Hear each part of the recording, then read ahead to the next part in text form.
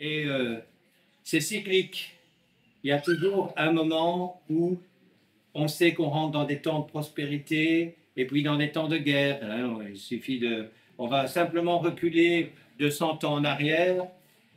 Nous avons connu la guerre d'Indochine, nous avons connu 40-45, nous avons connu 14-18, nous avons connu 1870, et chaque fois, après ces guerres, bah oui, comme il y a beaucoup moins d'hommes, hein, ça c'est clair, et de femmes, puisqu'ils sont morts, on recommence et tout le monde est content. Est-ce que c'était le plan de Dieu pour les hommes? Moi, je ne pense pas. Vous voyez, ce livre-là, ça s'appelle une Bible, vous le savez. C'est le livre qui est le plus lu chaque année, le plus vendu chaque année. Et c'est incroyable parce que on a du mal à croire cela quand on voit la réaction des hommes et des femmes, la manière de vivre des hommes et des femmes. Et pourtant, si on suivait un peu plus ce qui est inscrit, on vivrait différemment et beaucoup mieux. Tout ce que je vais vous lire vient de la Bible.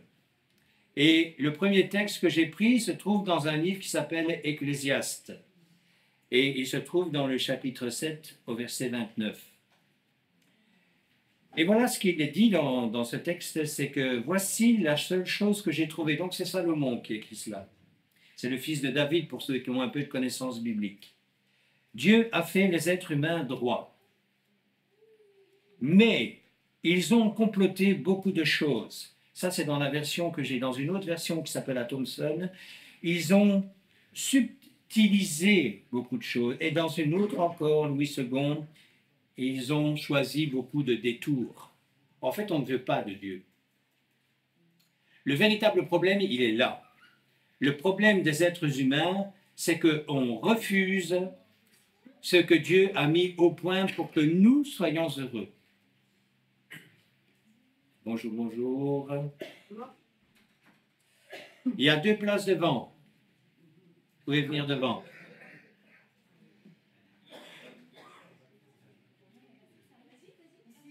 Oui, allez-y. Ça, c'est ennuyeux, c'est chaque fois qu'on arrive en retard. Hein. Comme ça. Qu'est-ce qui se passe? Pourquoi est-ce qu'on rejette Dieu? Parce que Dieu, dans la tête de chacun, c'est celui qui va nous faire rentrer dans une dimension dans laquelle on ne veut pas. Quelque part, on n'a pas tort. Il y a des choses que nous faisons que nous savons qui ne sont pas justes ni bonnes. Mais nous sommes des rois pour les cacher. Nous sommes des rois pour sauter les lois de Dieu qui nous amèneraient au bonheur. On est des champions, nous, les êtres humains. Aujourd'hui, vous allez me dire, qu'est-ce qu'il raconte celui-là? On n'est pas venu pour ça, on est venu pour Armando et Céline qui se marient. Je veux quand même leur expliquer et vous expliquer à quoi on s'engage quand on rentre dans cette dimension du mariage notamment. Qu'est-ce que c'est que le mariage? D'abord, il est institué par Dieu depuis très longtemps. Là, le livre dans lequel je vais vous lire, c'est Genèse, Bereshit, c'est le commencement, c'est le début, et qui nous dit dans Genèse 2, au verset 21-24, ceci concernant le mariage. Mais d'abord, on va prendre le début. Alors Dieu fit tomber un profond sommeil sur l'être vivant.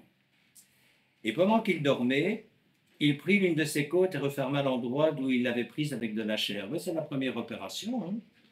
Adonai, Dieu, fit un être femme de la côte qu'il avait prise à l'être vivant et il l'amena à l'être homme.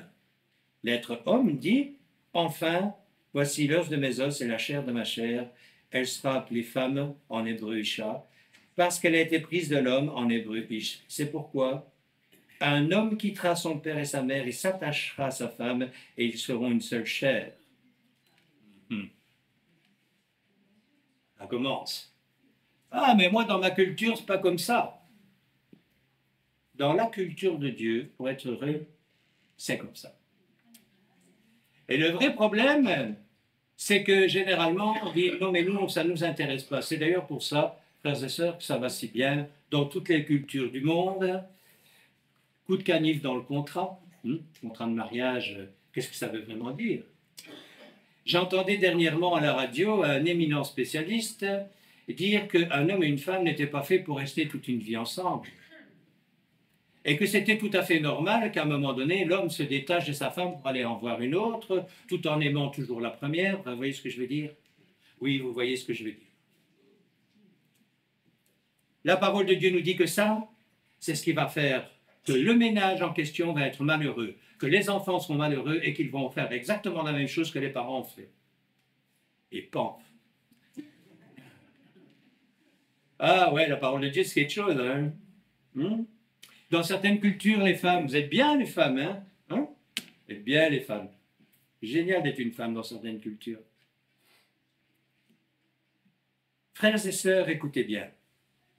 Le mariage est une alliance sacrée. Et quand on parle d'alliance sacrée, ça comporte certaines choses. D'abord, pas de coup de canif dans le mariage. Pas de coup de canif dans le contrat.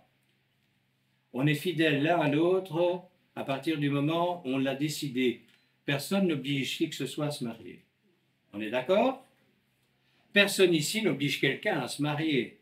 Oh, je ne parle pas des mariages coutumiers et consorts. Hein. Ça, ce n'est pas un mariage.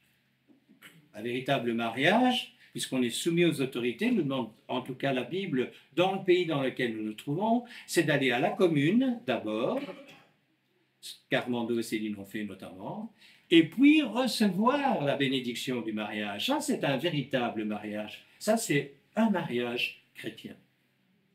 Le reste, c'est de la fantaisie. Pourquoi? Vous allez me dire, comment est-ce que tu sais ça? Parce que la majorité des gens ne prennent pas la peine de lire ceci. C'est beaucoup plus facile, effectivement, d'aller en boîte avec les copains, ou de regarder la télévision, ou d'avoir le regard plongé sur son GSM à longueur de journée. Mais c'est ce qui amène le monde dans lequel nous vivons à être ce qu'il est. Magnifique le monde dans lequel nous vivons, hein, frères et sœurs. Chaque matin, on se demande si on va encore exister, si c'est un pruneau qu'on va recevoir de Poutine ou d'ailleurs. On est dans ce monde-là. Vous avez pensé à vos enfants? Vous voyez ce qui est en train de se tramer, là, dehors?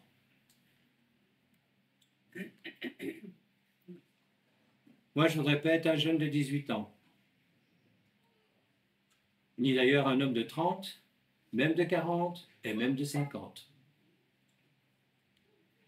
Il y a une chose que nous devons apprendre, c'est que ce n'est pas Dieu qui n'aime pas les hommes, ce sont les hommes qui n'aiment pas Dieu et qui nous amènent à ce que nous connaissons à l'heure actuelle. Ça, c'est une réalité. Alors pourquoi se marier? Pourquoi se marier? Pourquoi être sérieux avec le Seigneur? Ben parce qu'on n'a qu'une vie. Et parce qu'un jour ou l'autre, on va mourir. Tout simplement. Pourquoi est-ce que Dieu tolère tout ce qu'il tolère à l'heure actuelle? Vous allez voir que Dieu vous aime. 2 Pierre 3, versets 8 à 10. Mes chers amis, n'ignorez point ceci. Devant le Seigneur, un jour est comme 1000 ans, et 1000 ans comme un jour. Pour nous, c'est très limité. Moi, je sais que je suis né le 17 juin 1960. Je ne sais pas quand je partirai, mais je sais que je vais partir. Ben, j'ai un début, j'ai une fin. Lui, 1000 ans, un jour, c'est pareil. Le Seigneur ne tarde pas à accomplir sa promesse, comme certains imaginent qu'il tarde. Ce qu'il a promis de faire revenir Jésus-Christ ici-bas. Au contraire, il use de patience envers vous. Pourquoi? Voulant que personne ne périsse, mais que tous se détournent de leurs péchés. Cependant, le jour du Seigneur arrivera comme un voleur. Ce jour-là, les cieux se dissiperont dans un grand grondement. Les éléments se dissoudront et se désintégreront, et la terre et tout ce qu'elle renferme sera consumé. Quand même assez marrant parce qu'il y a quelques années, quand on devait dire ça, ça ne voulait rien dire. Quand on connaît maintenant la puissance des armes nucléaires qu'il y a, ça veut dire quelque chose. Ça, tout le monde peut comprendre que c'est une image de la bombe atomique. Mais il y en a qui ne veulent pas le comprendre, mais ce n'est pas grave. Il fait grâce à chacun et il fait preuve d'une patience incroyable. Il supporte le blasphème en son nom. Nous sommes tous des blasphémateurs du nom de Dieu. Les rébellions, les meurtres, les viols, la crasse que nous sommes capables de déposer partout où nous passons. Et il y en a beaucoup. Nos manières d'être, de vivre, de tricher, de frauder, de voler. Pourquoi est-ce qu'il patiente? Parce qu'il veut que chacun soit sauvé.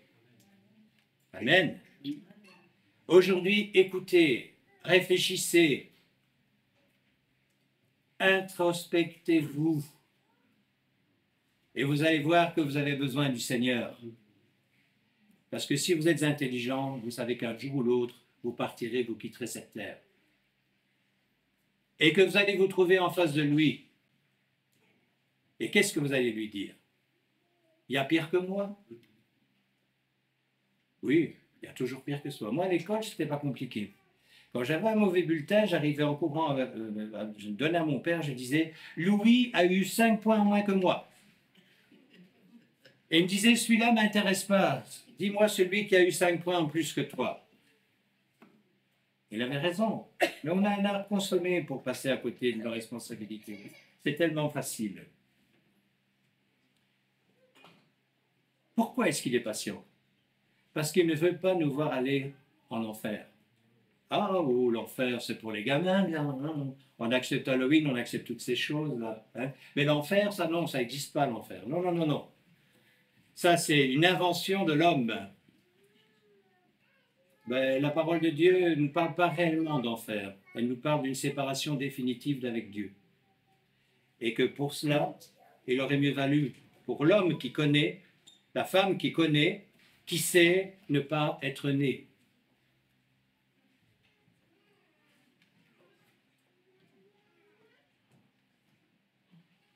Nous sommes responsables de nos actes. Que nous soyons français, que nous soyons belges, on commet une infraction, on la paie. Je dirais que dans le royaume des cieux, ça marche un peu comme ça, mais il nous donne du temps, le Seigneur. En fait, on va payer l'infraction après notre passage, notre court passage sur cette terre. Et c'est sur cette terre que nous avons l'occasion de changer le cours des choses, d'accepter ce qu'il a prévu pour nous. Et il n'a pas prévu pour nous le plus mauvais, il a prévu pour nous le meilleur. Amen. Et c'est quoi le meilleur? C'est de passer éternellement avec lui la vie éternelle. Ça ne veut rien dire pour grand-chose pour chacun d'entre nous, parce que l'éternité ne veut rien dire pour nous. Encore une fois, nous, on est très limités. Dans une heure, ben, il sera 12h30. Là, il est 11h30. On peut quantifier le temps. L'éternité, c'est quelque chose qui n'arrête jamais. C'est quelque chose qui, pour nous, n'a pas réellement quelque chose, c'est pas quelque chose qu'on peut visualiser. Mais pourtant, c'est ce qu'il dit qui va arriver. Et c'est là où on doit réfléchir. Parce que ce soit difficile ici sur cette terre de changer de vie, d'accepter de changer de vie pour le suivre, c'est une chose.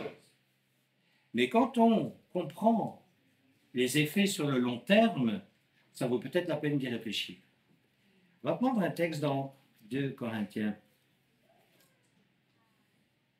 Dans 1 Corinthiens, excusez-moi, chapitre 16, versets 13 à 14. C'est quelque chose de très important. Ce que Dieu veut d'abord, c'est qu'on soit des hommes et des femmes qui soient moraux. Ça ne veut plus rien dire, la morale, à l'heure actuelle. Qu'est-ce que c'est que la morale?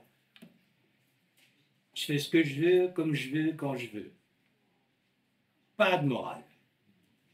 La morale m'ennuie. La morale, c'est ce qui m'empêche de faire ce que j'ai envie de faire. Et pourtant, restez sur vos gardes. Demeurez ferme dans la foi. Comportez-vous comme un mensch. Je vais vous expliquer ce que c'est. Fortifiez-vous. Quoi que vous fassiez, faites-le dans l'amour. Un mensch, c'est du yiddish. Ça veut dire une personne vraie. C'est une personne qui est digne de confiance. qui est pleine d'énergie, mais pas celle pour faire le mal, pour faire le bien, qui a ce sens moral élevé que Dieu nous demande d'avoir, qui est rempli de compassion. Alors, c'est quelqu'un de faible, parce que généralement, quand on parle de chrétiens, quand on parle de disciples de Dieu, on voit des hommes et des femmes faibles. Je peux vous dire que c'est les vrais durs de ce monde. C'est les autres qui sont faibles. C'est ceux qui cognent. C'est ceux qui mordent. C'est ceux qui volent. Les gros durs, c'est ceux-là, les faibles. Parce que ce que Dieu demande, c'est que nous devenions des hommes et des femmes capables, si c'était possible, de redresser ce que nous vivons tous les jours. Ça vous plaît de vivre dans le monde dans lequel vous vivez? Vous vous sentez bien? Quand je vois vos têtes, il y a la joie qui respire. Mais vous ne voulez pas Dieu. Le sens moral ne vous intéresse pas. Dieu, il cherche quelqu'un qui a de la tenue. Est-ce que ça existe encore? Amen, oui. Amen.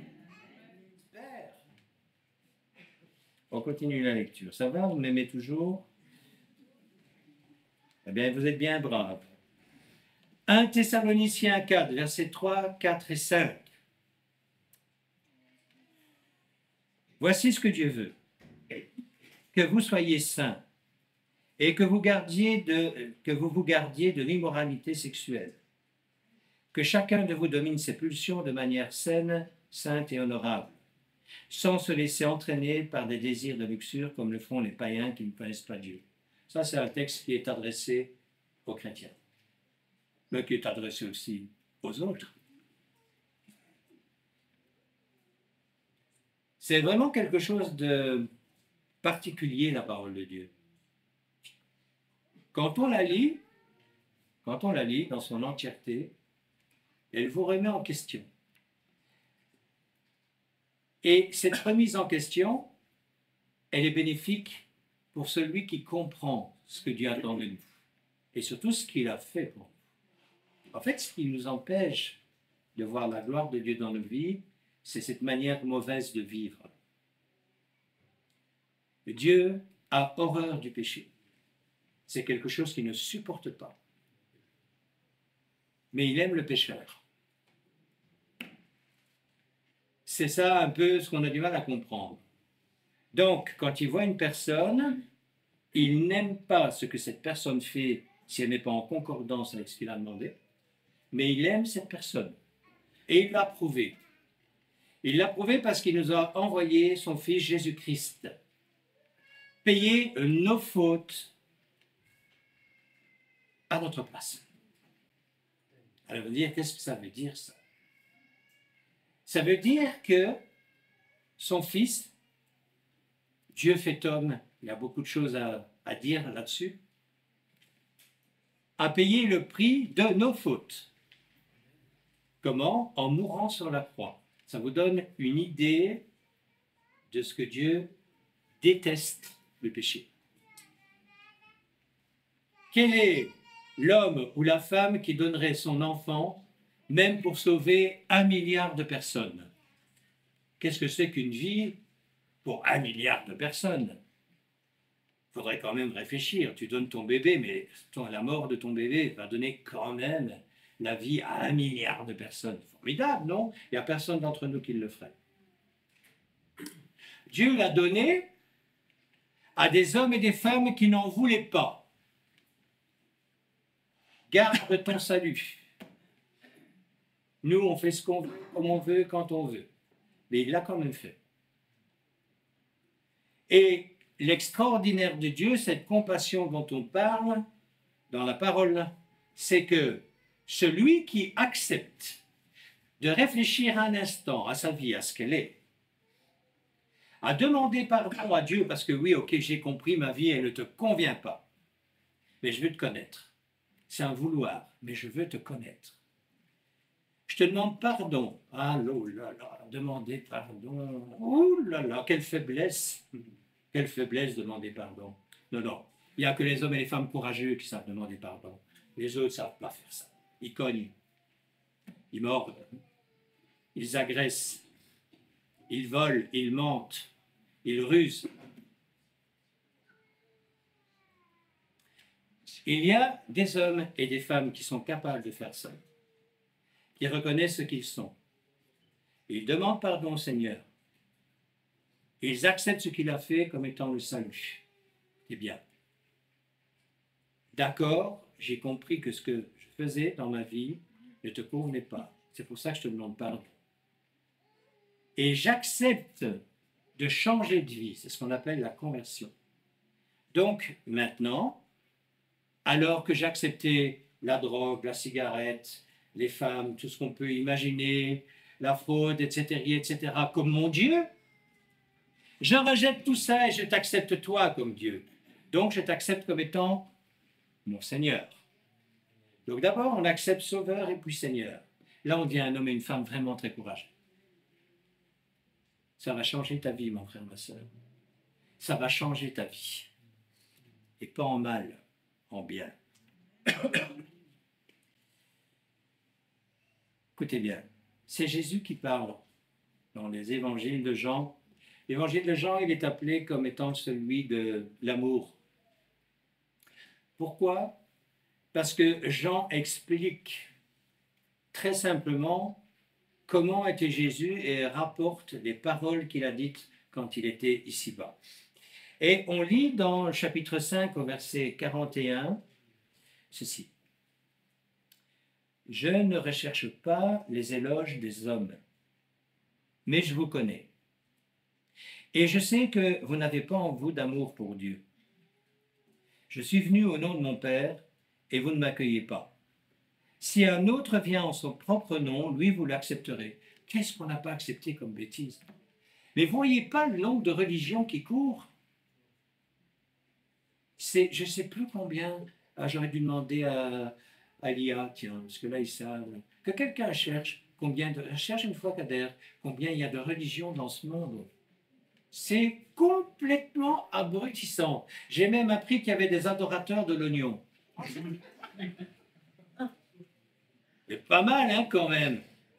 Il y a des hommes et des femmes qui adorent l'oignon. Oui, oui. Pour ses vertus. Ben, il y a des adorateurs de blou-blou. Il y a des adorateurs de tout ce qu'on veut. Et puis, si un autre vient en son propre nom, lui, vous l'accepterez. Bien sûr, c'est facile. Comment pouvez-vous mettre votre confiance en Dieu, vous qui passez votre temps à rechercher les éloges les uns des autres, au lieu de rechercher seulement les éloges de Dieu? Ce n'est pas Dieu qui n'aime pas les hommes, ce sont les hommes qui n'aiment pas Dieu. Ah oui, on revient toujours au même. Les hommes vont chercher par tous les moyens leur Dieu, avec un petit dé, ce qui va leur convenir, ce qui va leur sembler être la solution du moment. Mais encore une fois, on ne sait pas de quoi est fait demain. Vous savez, je parle pour moi. Aujourd'hui, vous me voyez debout, demain, vous pouvez apprendre que je ne suis plus là. À l'âge que j'ai, ça peut arriver. À l'âge que j'ai. Tiens, c'est curieux parce que dans la nécrologie, on voit qu'un enfant de 4 ans est mort de leucémie, qu'un autre de 10 ans est mort d'autre chose, qu'un gamin de 18 ans s'est tué à moto, qu'un autre de 25, etc., etc. On rentre dans des dimensions où on sait qu'on n'est pas le détenteur du temps de notre vie. Et ça, il faut s'en rappeler. Dans les écrits de Jean, l'amour est décrit d'une manière particulière. L'amour que Dieu a pour nous, il est délicat. C'est un amour de prédilection, un amour respectueux. Il ne va jamais faire quelque chose en nous si nous ne sommes pas d'accord. Il va toujours vouloir notre accord. C'est quelqu'un qui ne va jamais forcer notre porte. Et c'est pour ça qu'il nous est dit dans la Bible qu'il faut chercher pour qu'on nous ouvre, pour le trouver, pardon, et que pour qu'il nous ouvre, il faut frapper. C'est à nous à faire les premiers pas. Il ne les fait pas. Aujourd'hui, on va bénir Céline et Armando. Ils font un premier pas d'obéissance. Ça peut être choquant pour certains, enfin, pas qu'il y a de choquant, mais je sais que ça peut choquer, parce qu'on va contre les coutumes. Mais, mon frère, ma soeur, réfléchis. Qu'est-ce que tu en as à faire des coutumes? Parce que tu sais qu'elles ne sont pas bonnes. En plus, tu sais qu'elles ne sont pas bonnes. Tu sais qu'elles ne ressemblent à rien. Mais c'est les coutumes de papa et maman. Bah, ouais. Bah oui. Je vais vous dire un truc qui va vous choquer. J'aime mon père. S'il saute dans le canal pour se noyer, je ne le suis pas. Hein. Il va se noyer tout seul. On lui dira, mais tu n'aimes pas ton père. C'est mon père qui ne m'aime pas. Parce qu'il me montre quelque chose qui n'est pas bon. Et moi, en tant qu'homme, je dois prendre des décisions d'homme. Mon frère, ma soeur, tu es tout seul avec ton Seigneur. Ta femme, c'est ta femme, oui. Mais quand tu partiras, quand tu quitteras cette terre, elle ne va pas te suivre. Ah, à moins que tu ne la suicides avant. Je ne vois pas l'intérêt.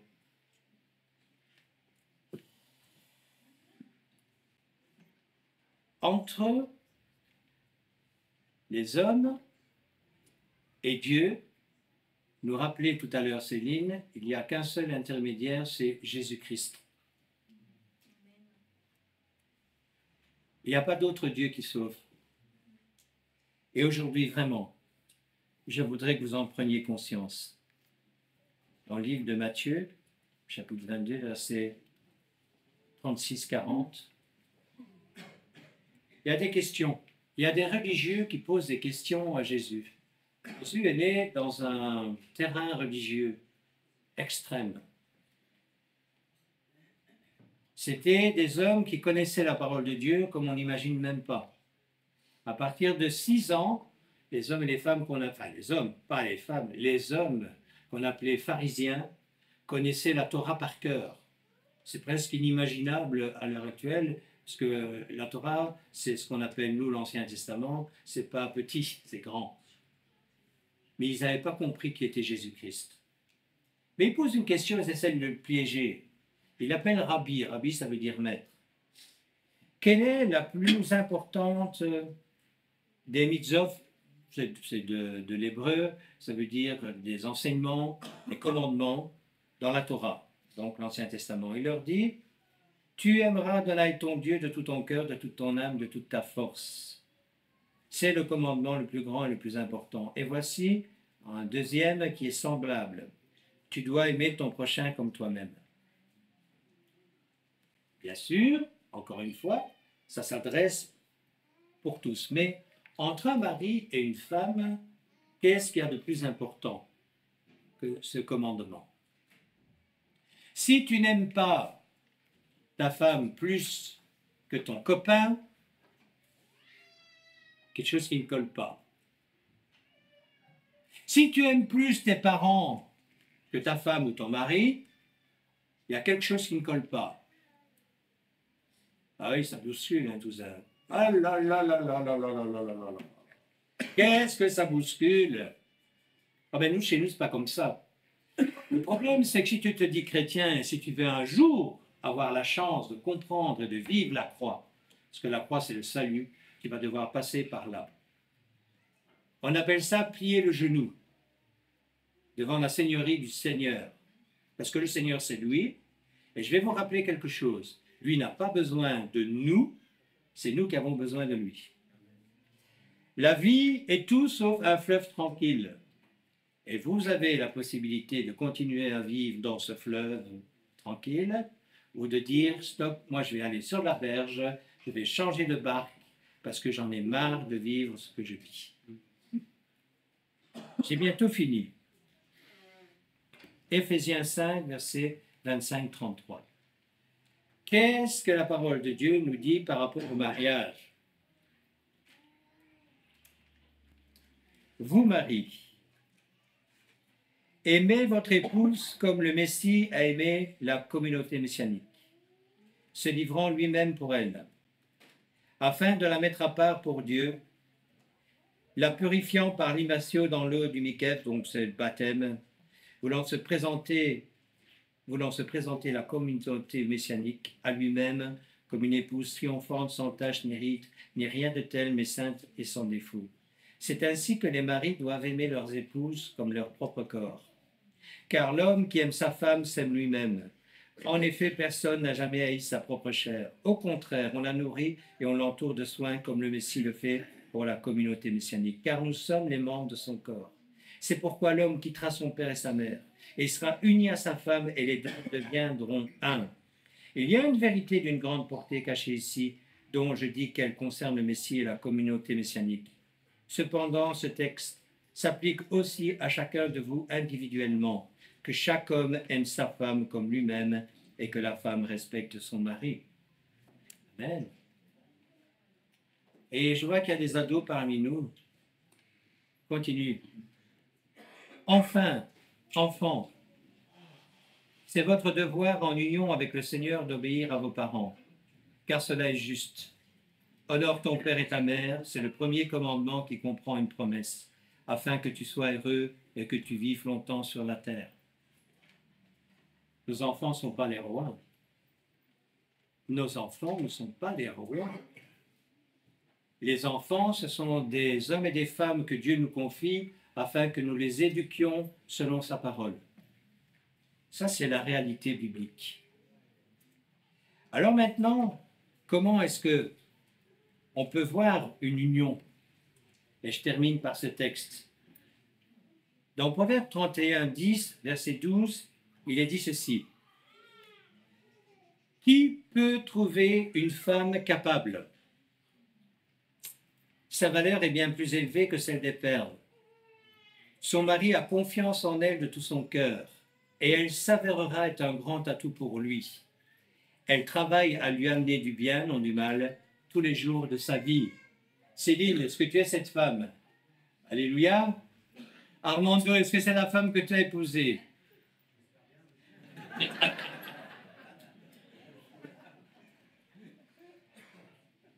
Aujourd'hui, c'est un jour spécial quand même, on va vous finir. On va demander au Seigneur que cette union, elle soit particulièrement prospère à tous les niveaux. Mais avant ça, je vais saluer les amis internautes qui nous suivent. Vous rappelez que nous avons notre réunion de prière donc ce lundi à 20h, notre réunion d'enseignement ce mercredi à 19h30. Soyez bénis, passez une très bonne semaine et j'espère que ce partage vous aura fait du bien. À bientôt.